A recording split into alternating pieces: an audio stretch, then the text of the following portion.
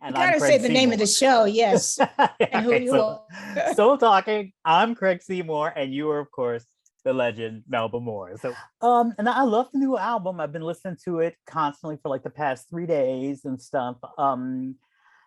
I really, really, these are the songs that really kind of just touch me, and I feel like there's so much a part of the type of music you make. But Free, The Highest Star, Joy and Pain, and then Forever. And I was just wondering, because a lot of artists just choose to tour off their older material. They don't want to go through the hassle of booking studio time and finding songs and finding songwriters and dealing with producers. Could you tell me a little bit about the process of why you decided to make this record and then how it actually happened? My daughter brought it to me. Okay.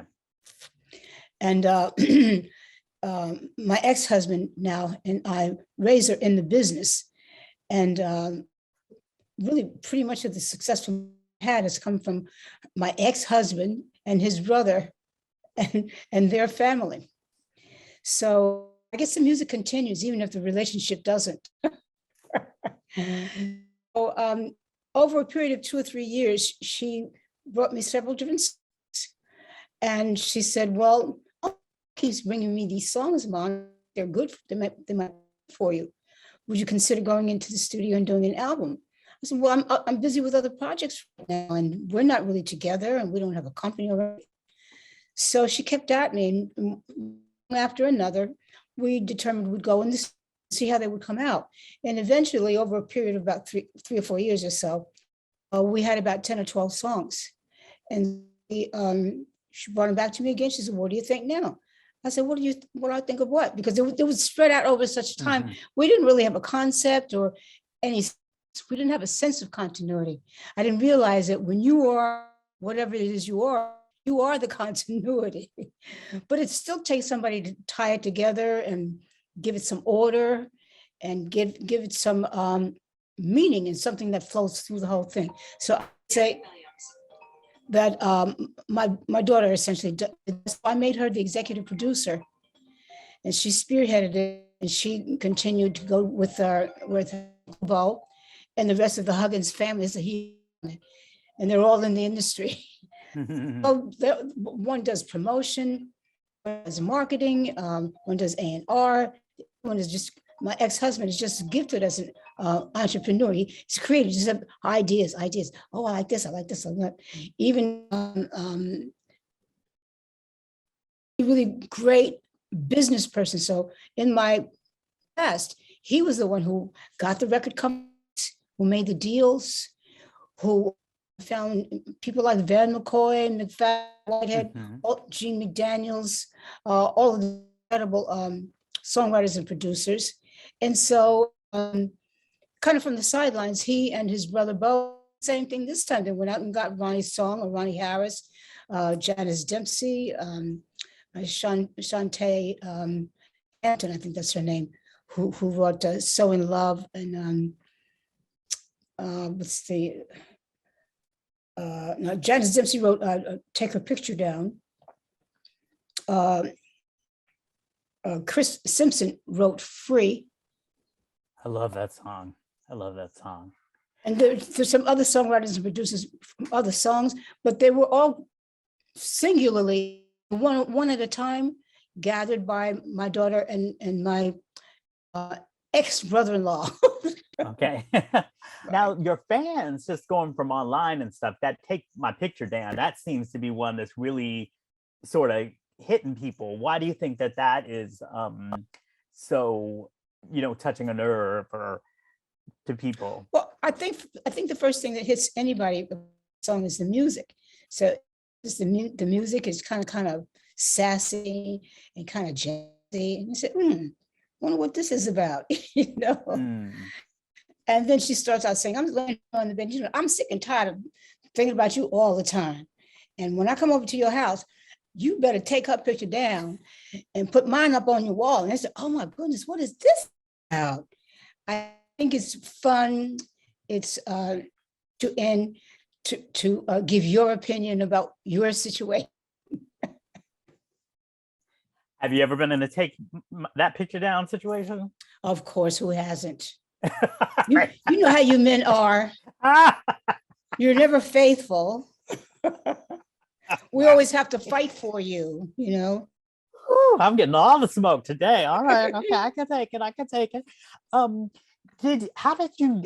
I just asked this now because it was such a universal experience. How did you sort of make it through COVID and stuff? And was the music keeping? You said that the music was done over a long period of time. What was keeping your artistic vibe alive during that period? It's God, because my job is, I'm Catholic, so we can go to church every day if we want to, because you couldn't go to church. But I watch daily, I receive communion. I know what day it is by the days on the church calendar. Mm-hmm. Sometimes people, they don't know what day it is. Also, I know it's first of all, Tuesday and Thursday, Tuesday and Friday are the sorrowful mysteries. For instance, that kind of sticks in my mind because as a Christian and as a Catholic, I'm supposed to know what the is about. The only reason we even have today is because he suffered on the cross like he did. So I bypass those things, and they tell me what time it is, what day it is. And if you don't know that, you'll be very scared about what's going on around you. Like, are you going to get sick? With millions of people? It's not something you lightly. And yet, if you take it the wrong way, you'll worry yourself to death before it happens to you. That's true. It's a really difficult and dangerous time. Mm-hmm. Before I do music, I have a music maker. That's the Lord. Yes. You can say that one more time just to make sure everybody heard. Well, before you get that he gives you have to get first. Otherwise, you think Santa Claus and it's just things, but he wants you to want him first. Right. Let's take it back to sort of the early days. I love the idea of you and Nick Ashford and Valerie Simpson hanging around together in New York. What's your favorite memory of those days? And just my favorite time. So many dates and working so much, being booked so much, until we're so tired. Usually when people get tired, we didn't get cranky, we just got silly. We've been singing 8 hours. Man. And you just, one-liners start coming, you just joke stuff because you love being around each other, you really get tired of each other. Quite amazing. And I could only really observe that after the fact. Yeah. Because you don't know what your chemistry is going to be with any given. So to look back on that and see that we had days and years. I don't ever remember having an argument with Nick or Val or people that I sang with. I don't, falling out, having a difference over something. We probably did, if I don't remember it. Yeah, well, that's good. That means it wasn't that deep, right? Well, I think that our relationships have lasted. Some of us have passed on and everything, and that they were meaningful and that there were good relationships, and we were doing what we were doing, for our work. Were there any? I'm sorry.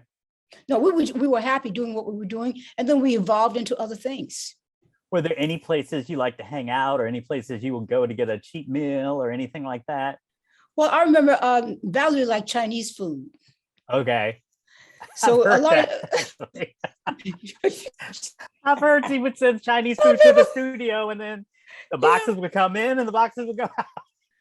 So we would go to a place called China Song.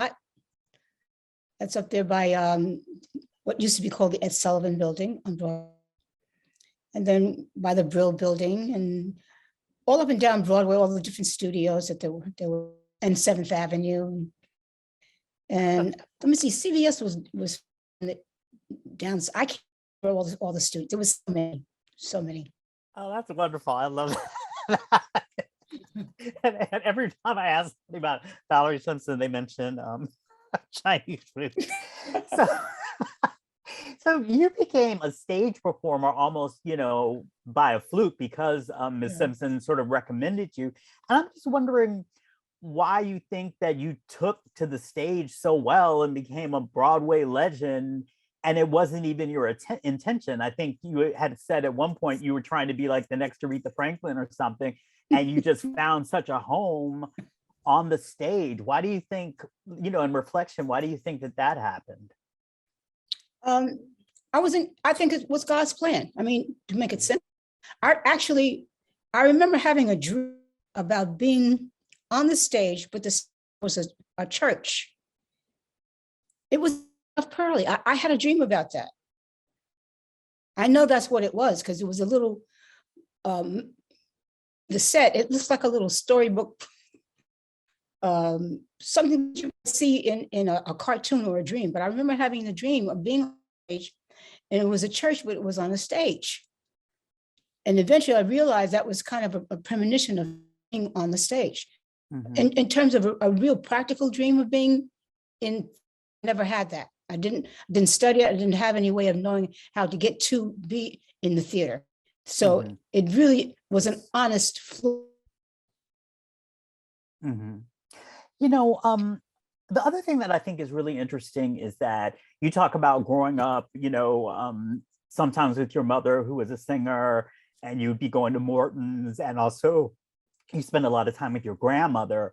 And so like, I know that you understood sort of the Black club world and the jazz world and everything like that. Yeah. But then once you step on that Broadway stage and get that Tony and everything, you have a whole different level of acceptance. All these white people are like clapping and cheering for you and giving you awards. And I was just wondering how that felt, because that must have been sort of different than the type of audiences and the type of crowds and even the type of acceptance that you were used to seeing people get. Since because my parents knew the blues, although they were Black, my stepfather was from Newark, New Jersey. His mother was from Newark, New Jersey too. And usually Black people are from the South. But he wasn't. My mother was from New Orleans and Alabama, so I know from her little Southern charm and style about Southern ethnicity and everything. And I know from the nanny that raised me, who never learned to read or write. She was an orphan and a domestic, like Ludi Bell Gussie Mae Jenkins. That's why I think I got the role, because she raised me. My mother was gone all the time. So I got, the sense of the subculture from her. But I left 108th Street. So I feel American, American, and whatever your family is from what other country, I can't say it. All Americans are from somewhere else except Native Americans. So I'm that. And so, I mean, none of us, you have an experience that most of us, well, none of us will ever have, like of being the toast of New York, of 70s New York. And like, what does that feel? What did that feel like? What's your greatest memory? That is different. I was trying to say that it was some because mother and daddy really worked for white people. So all their friends were white. So we got to meet a lot of white people. And it was similar to that to me.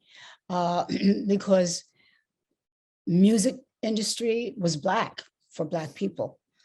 But to get into theater, there were no Black people going to theater. And like Pearly was one of the early plays that was made for, actually it was made for white people. Mm-hmm. But it was a Black play, and it really was true Black culture, but it was among the first. So it was interesting because it was now the cultures are starting to evolve and to mix on Broadway, and now we're having Black people come to see the play Pearly. Mm-hmm.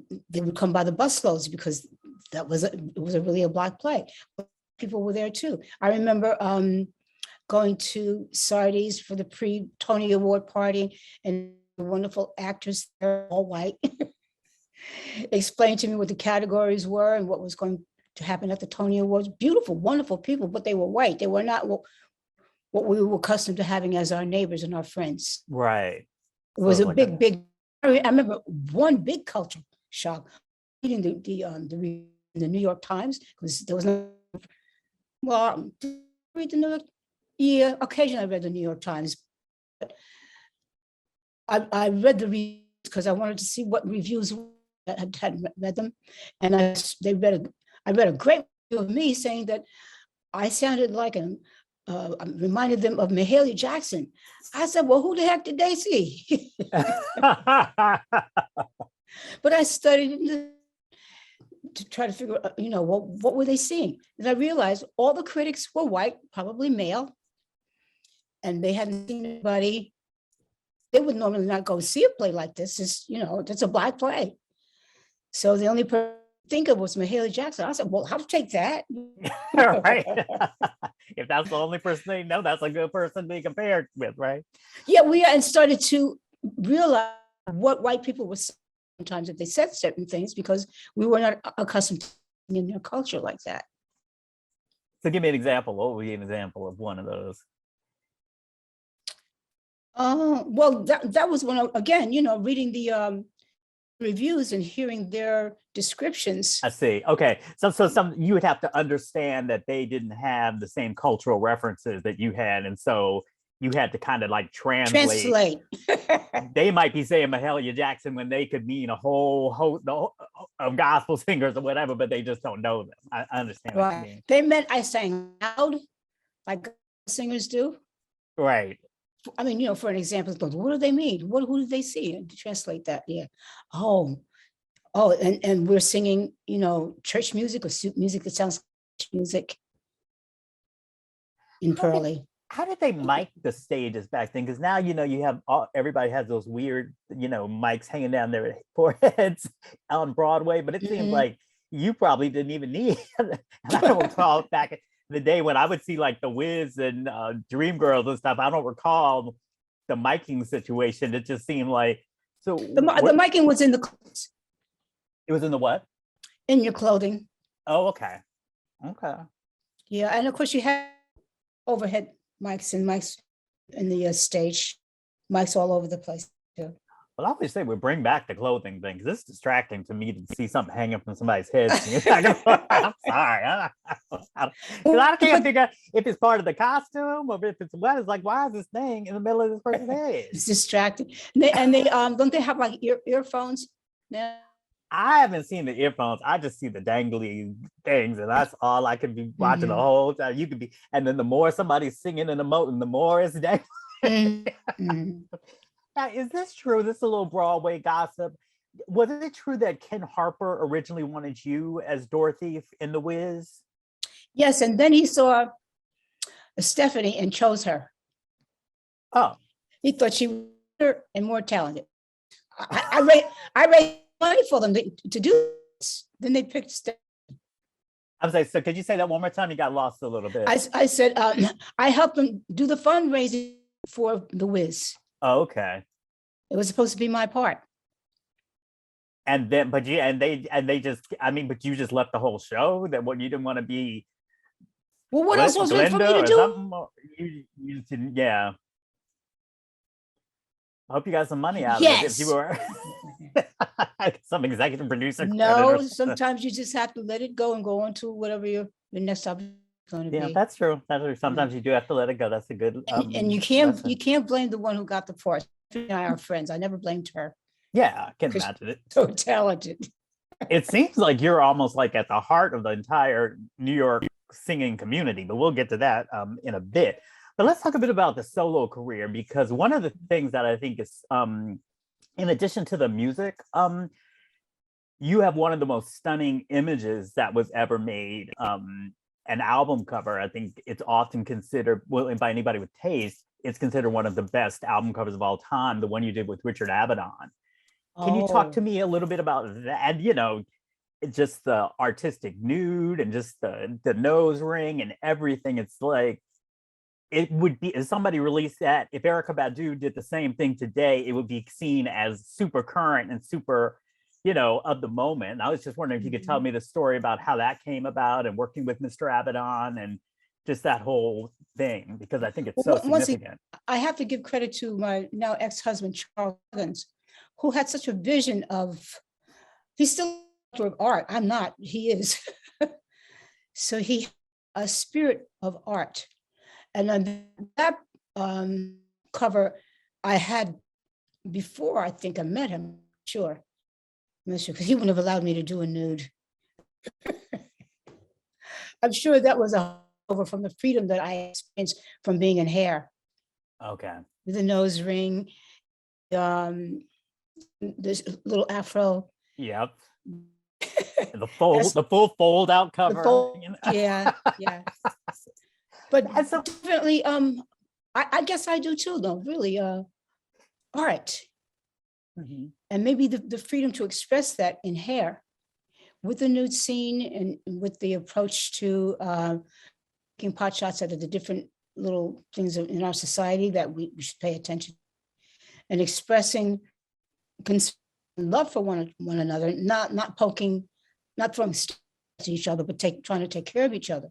Mhm. With that being not, knocking each other, sense of freedom, and you're in a protective arena where bad things don't happen to you because you express yourself, and so you get to feel hopeful, bold. You get to Yeah. feel artistic. Mhm. Like taking your clothes off, right? Yeah, Well, because I so, didn't do that in the beginning, and I didn't understand it or right. see why you wanted to do that. But after I thought about it, I thought, well, let me explore it. And I Well, thought, do you have any oh, memories of the shoot of working with Mr. Avedon or anything like that? oh, well, I've got stuff here that probably would remind me of it. It just nothing in particular, except that of course it was, a nude, and that it was he lit it and the different angles that he took it at, so that it kind of looked like a leg and an egg rather Well, than just somebody naked. It was a piece well, of art. how did you feel when years later, the famous Richard Avedon image with Natasha Kinski with the snake on her, which is kind of very similar in the pose and everything, except you didn't have a snake. But it seemed to me that there's definitely a continuum between what you did, what he did on your album cover, and then what that super famous poster where she's kind of laying, down in the same type of way, but she just had the snake crawling on her. Did you ever think of any connection with that or anything? No. I'm glad there is, because this is such an artistic aspect of photography, but no. Yeah. And then, the interesting thing too about that is it was decades before another R&B artist would appear sort of even semi-nude on an album cover. The next one I could think of is Janet Jackson, when she did the cover, and it didn't even have, the cover didn't even have it, but I just thought you really sort of blazed a trail in that way. So, again, in addition to the music, I thought that was extraordinary. So you worked with some just wonderful people, and I was just wondering if I could just throw out some names and you could just tell me what the experience was like working with them. Sure. So McFadden and Whitehead, what was that like? Well, That produced some wonderful music. besides doing music, they are stand-up comedy. Oh, really? They're like a comedy team, like that Whitehead. John Whitehead in particular, when he would walk down the street, crazy things would happen. They would just, like really, really creative, and stories and lyrics come to them all the time. And people like that are not normal. When you're around them, I guess, first of all, they're always creating. So some extraordinary ideas coming to them, telling some crazy story to each other. And they're like, childhood friends and pals. So this is thing that goes on with them all the time. And, if you were in that, it's part of the team. Well, Mhm. I kind of like that though. So, What's your favorite song that you did with them? oh, gee. Well, I got a couple. So, for instance, they wrote "Falling" for me. Uh-huh. Oh, okay. So I kind of getting excited the chords and the little bridges and stuff, and and G always call me Mel. So this is for Mel. And then it was Mel. something special, right? Yeah. And but I'm trying to think. Their arrangement of the Bee Gees into my life, I think, is just genius. Yeah. Well, the Bee Gees are geniuses. So you don't usually take what they do in arrangement unless you're McFadden and Whitehead. Ain't no stopping them, right? Right. And so let's talk about the late Van McCoy, who, of course, Lean on Me. Recently I was reading, I don't know if you're familiar with this book by Danielle Smith called Shine Bright, that talks about her own personal history of Black women in music. And she talks to Linda Green, the Peaches, Linda Green, and she said the thing that she liked working most about with Van McCoy is that because he was gay, she felt he wasn't coming on to her or doing all sorts of stuff that she found with a whole lot of other male producers. Oh, I didn't have that problem.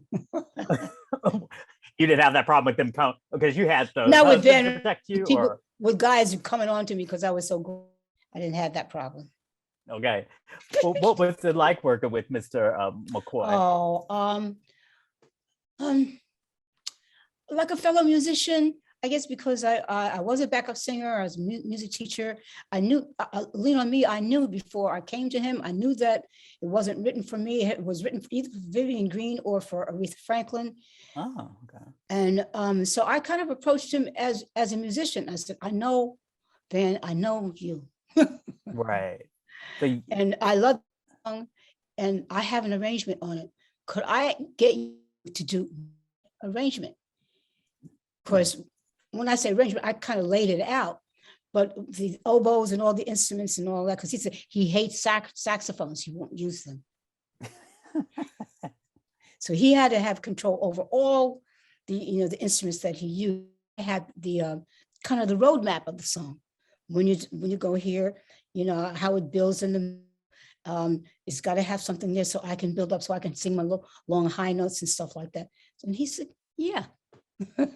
So we collaborated really on the arrangement of Lean on Me. Did you get credit? I didn't want.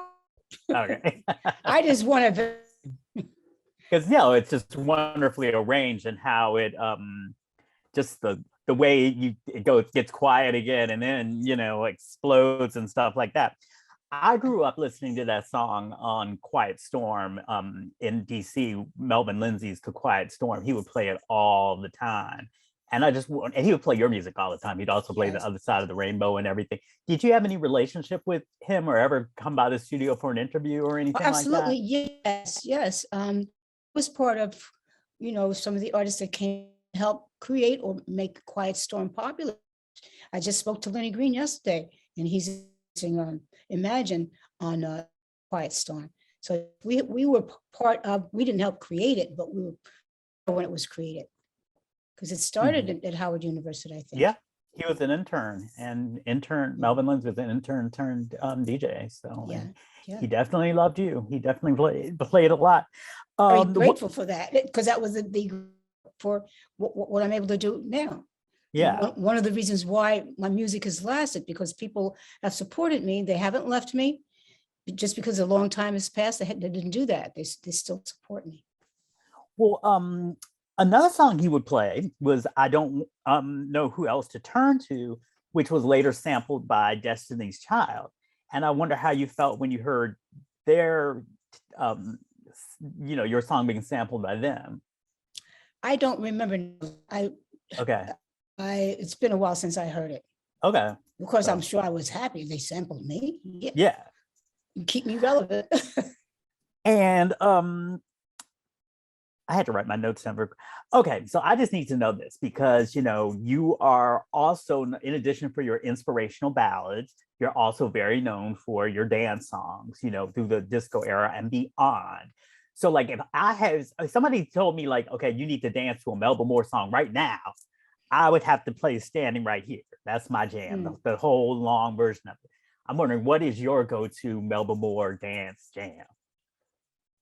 It's probably used in my life, although Standing Right Here is a stand. I mean, Standing Right Here, you stepped in my life, pick dance. My night, I'm probably forgetting something. Whenever I do like a dance concert, Mm-hmm. fortunately, I always have to do those songs. Well, yeah, because They're I always would be requested. pretty mad if I was at the concert and I Oh, didn't hear thank you. Thank you. that. Thank you. Do you dance to your own music? Do you ever just put on like, I haven't had, I've been so busy with other things. I don't get time really, and sometimes, iPhone or something, you like your car, I don't get time to do stuff like that. But you know what, I'm going to take time because you need to move it. Move it. you do. You need to play that album, your continuous mix album with all the dance cuts and stuff. You just, You know what, I do it the next time I have to do a concert. yeah, that would be fierce. Get Like my feet and legs warmed up as well an as my all voice. dance because you've also done all those vocals on those recent house tracks and stuff like that. So you could do a Right, whole I have a dance. lot Yeah. of dance songs, and when you're in a dance crowd and you're in a dance mood, you want to be in shape so you can dance. So that's what I'll do when I had the opportunity to put it in my head and rehearse. And then, why not have my own little party? I can. Yeah. But when you're trying to do something else, you can't. You could add, and you know everybody. It could be a Melba Moore and Friends dance extravaganza. That would be. That's what I call it. Okay. Now, when you did the back to Dr. Height, when you did the National Negro Anthem in 1990, it was such a powerful moment, with all the other singers, and you did the video, and the video would play on BET, and it just was Right. such a for people that I think didn't grow up in church or didn't grow up going to a lot of, I don't know, that just didn't grow up going to a lot of Black stuff. I mean, that really introduced Right. a new. There was a lot of us in the North who went to Black stuff, but we weren't taught our own history either. Mm-hmm. I'm sorry, go ahead. No, you go ahead. That's more. That's basically what I was going to say. And I mean, you brought that song to a lot of people, to the point where when Beyonce did it at Coachella, it was like, I don't know, it just felt like a real continuation of the movement that you started in 1990. How did you feel about that? I don't know if you saw her. Yes, and that was my goal in the beginning, but after a long period passes, you see what happens. And if you're not able to keep the whole thing going yourself or get someone to do that, that will continue. I'm very, very grateful that Beyonce did that and other people have done it. And I wanted to catch fire to keep going. It's our song. Yes. We were not a nation when we came here. We were slaves. It's a big deal. We just finally got Juneteenth official. So it's going to be a struggle. You have to keep at it, keep at it, keep at it, keep at it. It's your name. It's your national name. Mm-hmm. You don't stop saying your name, your own name.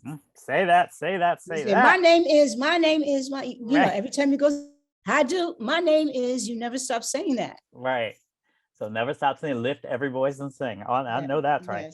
Yes. Now you had this period in your career, I guess, when you were kind of in, I don't know if you did this in Hollywood or New York, but just when you were just very much a part of like a lot of specials and variety shows and everything like that. And of course you had your own variety show. I'm just wondering, what was your weirdest variety show moment? Like, were you ever on somebody's show and it was like, they wanted you to do some skit that was really left field, or just because you've also mentioned that at the time when you were doing these shows, these talk shows and variety shows, there were no Black writers. So I can only imagine some of the ridiculousness stuff that must have been pitched to you at one point or another. Well, no, because they were all the major shows. They were all solid shows. They had good writers. They had people to censor and, make sure, because now probably this is probably more open than it was before. You can say, you can curse, you can do anything on TV, but then there were people who watched that it met certain guidelines. Mm-hmm. So, and I did really the top shows. So they had the best writers. I mean, I did shows like Flip at Sullivan. I mean, I did all the, was it Merv Griffin? There was not, shenanigans going on. I mean, they were high quality shows. I guess that's what I was make the point, is that I was invited to do all the top quality shows. So no, I didn't get that. I mean, and these shows primarily. So you had a good, clear idea what you were being invited to do before you got to do it. Okay. Yeah. I know you took part in an Opryland special I think for NBC with like Tennessee Ernie Ford, and I think you were the only Black person on the. I'm sure I was. And I wasn't singing country. What was that experience like? Very interesting. I remember being on a show like with somebody like Milton Berle. I mean, odd. Welcome, beautiful, but odd. Actually, I probably know how Leslie Uggams felt. I mean, because I guess it was like, I mean, because I've been to Nashville, a lot of time. I mean, it just, did you feel maybe like you were welcome on the stage, but maybe like the moment you weren't on the stage, you weren't welcome? Or... Oh, I didn't think about that. I didn't consciously think about it. I'm sure I wouldn't go out there and take a walk by myself. No. You ask a very good question. Yeah, because it's racist. You know that you're not safe there. We're talking about quite a few years ago. Yeah. And I just think it's interesting. I didn't feel like I was at home. They very, welcome. Very, I got to say that. Yes. But the real, if you're Black, and especially if you're Black and you're male, you have certain aspects that out, you can be vulnerable to. And if you're female, if you're Black, you've experienced racism in this. If you're not, maybe you don't know what it's like. Yeah. And then you have the courage to go to Opryland and all of these, have these experiences. You're going to be fine, but you know what the real world is like. Right. I think you ask a very good question. Oh, thank you. That makes perfect sense. And now, of course, there's this whole renaissance of people trying to, new country, Black country acts, but also people understanding the Black roots of country. So I think it's interesting. I think it's really interesting that, you were kind of a pioneer for putting yourself in that space when it wasn't necessarily the most welcoming space. But, now I took that too as making, an effort to say, we're making a step to show that, clearly. To make things better. Because they certainly have all the rights. They can say no or ignore you or even maybe say something negative. And then they would get away with it. But they don't do that. So. And I think that's one of the things that goes unstated a lot when people talk about your career. I mean, I see you as being a real cultural ambassador in the way that you've been able to move through so many worlds of Broadway, of, charities, of R&B, of, being invited to Opryland, being on the Dinah Shore show. I mean, you really, spread Black culture all over these spaces where there wasn't necessarily, where there weren't necessarily other Black people, like in the Jet magazine, Jet magazine, the last page where it said, Black people on TV, you often came up several times. You had to put it in a magazine. Yeah. It was so seldom. You mentioned, that you are Catholic, but you later really, really embraced gospel music. And I was just wondering who you listened to sort of like get into that kind of, traditional gospel. Well, now there's references. Mary. There was Aretha Franklin, of course, way back in the day, there was Mahalia Jackson. There's Yolanda Adams. Oh God, there's so Tasha. There's two. Mm-hmm. And I to necessarily listen to famous gospel artists.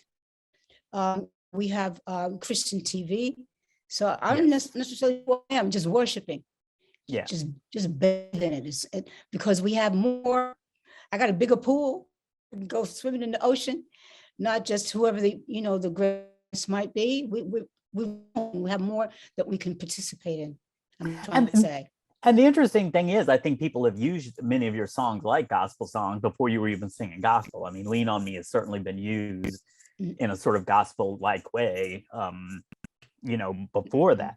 So just to close up, you've become to me sort of like and I don't know how to put it, but like almost a news, you're sort of like at the center of this group of New York singers that are so important, but like they're not necessarily household names. But it seems like oftentimes when we get news about these people, it comes from you, like dear Tony Smith, when she passed. I think you confirmed that. And I was just wondering if you could talk a little bit about how you kind of got into that role and how how that. Well, I guess one way by just being at the heart in the camera of what media is, what is communicating. Okay. If it's Instagram or people stream, say like D Nice, where everybody's on his form, people kind of meet up in certain places, and so pass on to each other things that's worthy to us. Did you have a relationship with Tony Smith or anything? Did you know her or? No. Okay. And then also, I think people recently talked to you, relayed news about Allison Williams, and she's But Allison's a dear friend. Okay. As far as I know, she's coming along better. She had COVID. Okay. So I just think it's very special that. Because we're a community too. So yeah, we have relationships, some of us, and some of us we heard about somebody because they're popular in that circle, or they're popular, Like I got a call from Patti LaBelle. No, I was out shopping one day and my cell phone, rings. I answer. I said, hello. She says, hello, Melba. I said, yeah. I said, is this you, Patty? You sound like you. mm-hmm. And I know her. And of course, we're good friends, but we don't together. So when she called me, I was a fan. Right. So, we get excited over each other too. So. Right. So is there any last thing you want to leave people knowing about this new what's your favorite song off the new album? My favorite? What's your favorite song to sing off the new album? One of them I like is I Can't Stop the Rain. Okay. And why is that? Why do you like to sing that one? It's the way the guitar sounds. I can't stop the rain. It sounds urgent. I like urgencies. Well, let your daughter know. I think she put together I think the sequencing of the album is really wonderful. I mean, it really started off, where I was like in the groove and, feeling the R&B grooves. So and in love. Yeah. And then it really moved me toward an inspirational space where I was remembering the Lean on Me's and stuff like that. So I thought it was really, really well done in that way. I will tell her that's extremely important. Her. Thank you. That's extremely important because that's why a person will continue to listen to the album. Yes. After the time, you have to keep guiding you back, get deeper into it. So each really, song, it does that. That's exactly my experience. Like as I started listening to it, kind of not casually, but just getting into like but then when it started getting really deep, I wanted to go right back. But what if you do listen to it casually, not maybe ready to put that much, concentration or something in it? If it invites you in, you'll be in there before you know it. Yeah, and that it really is sequenced to do that. So I think she did a very commendable job with that. So let me just figure out what I was supposed to say again. Okay, so this is the Soul Talking series. I am Craig Seymour, and I'm talking with the legendary Melba Moore. So we're a good time. We even forgot his name and everything. Well, thank you so much. This has been wonderful, and I wish you the best of luck with the album, with coming up with your Melba and Friends dance extravaganza, and all the best to you. And of course, tell everybody to download it and stream it. And to assume it's available on all platforms, right? Yes. Okay. Wonderful. Thank you. Oh, thank you so much. I've had a nice time. Thank you.